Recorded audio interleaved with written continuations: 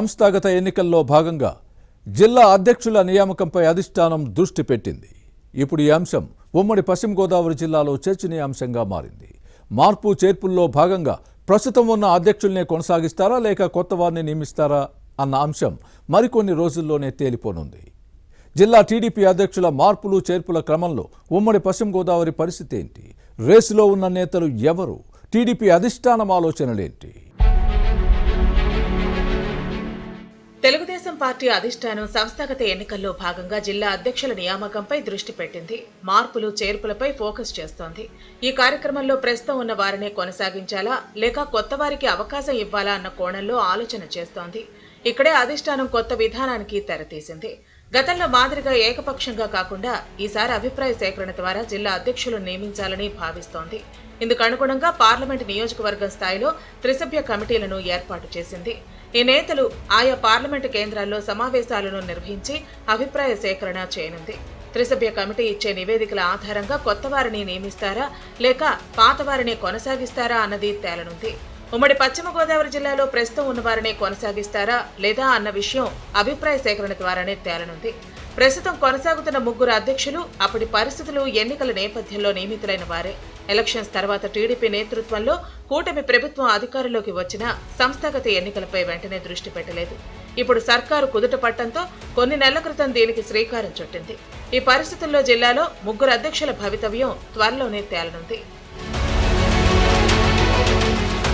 ఉమ్మడి జిల్లా అంశాన్ని పక్కన పెట్టి పార్లమెంటు స్థానాల ఆధారంగా పరిశీలిస్తే ప్రస్తుతం ఏలూరు జిల్లా టీడీపీ అధ్యక్షుడిగా గన్ని వీరాంజనేయులు ఉన్నారు. పశ్చిమ గోదావరి జిల్లా తెలుగుదేశం పార్టీ ప్రెసిడెంట్ గా మంతెన రామరాజు వ్యవహరిస్తున్నారు. అదే సమయంలో తూర్పు గోదావరి జిల్లా అధ్యక్షుడిగా కొవ్వూరు మాజీ ఎమ్మెల్యే కేఎస్ జవహర్ బాధ్యతలు నిర్వహిస్తున్నారు. ఈ ముగ్గురిని ఎన్నికలప్పుడు అధిష్టానం నియమించింది. గత ఎలక్షన్స్ లో ముగ్గురు సీటు ఆశించారు. కానీ కూటమి పార్టీల సర్దుబాటులో భాగం టికెట్లు ఇవ్వటం సాధ్యం కాలేదు. దీంతో బుజ్జగించి టీడీపీ జిల్లా అధ్యక్ష బాధ్యతలు అప్పగించింది. ఏలూరు జిల్లా అధ్యక్షులు గన్ని వీరాంజనేయులు ఉంగుటూరు నియోజకవర్గం ఇన్ఛార్జిగాను కొనసాగుతున్నారు. ఇక నామినేటెడ్ పోస్టుల భర్తీలో ఆప్కాప్తో డీసీసీబీ చైర్మన్ పదవులను పొందారు. దీంతో గన్ని 4 పదవులు నిర్వహిస్తున్నారు. అదేవిధంగా కేఎస్ జవహర్ ను ఏపీఎస్సీ కమిషన్ చైర్మన్ గా, మంతెన రామరాజుని ఏపీ ఐఏసీ చైర్మన్ గా నియమించింది. ఈ ముగ్గురు తమ పదవులను సమర్థవంతంగానే నిర్వహిస్తున్న సంస్థాగత ఎన్నికల నేపథ్యంలో వీరిలో ఒకరిద్దరిని మార్చే అవకాశాలు కనిపిస్తున్నాయి. ఈ మార్పులు కూడా సామాజిక వర్గాలను పరిగణలోకి తీసుకుని జరగొచ్చని భావిస్తున్నారు.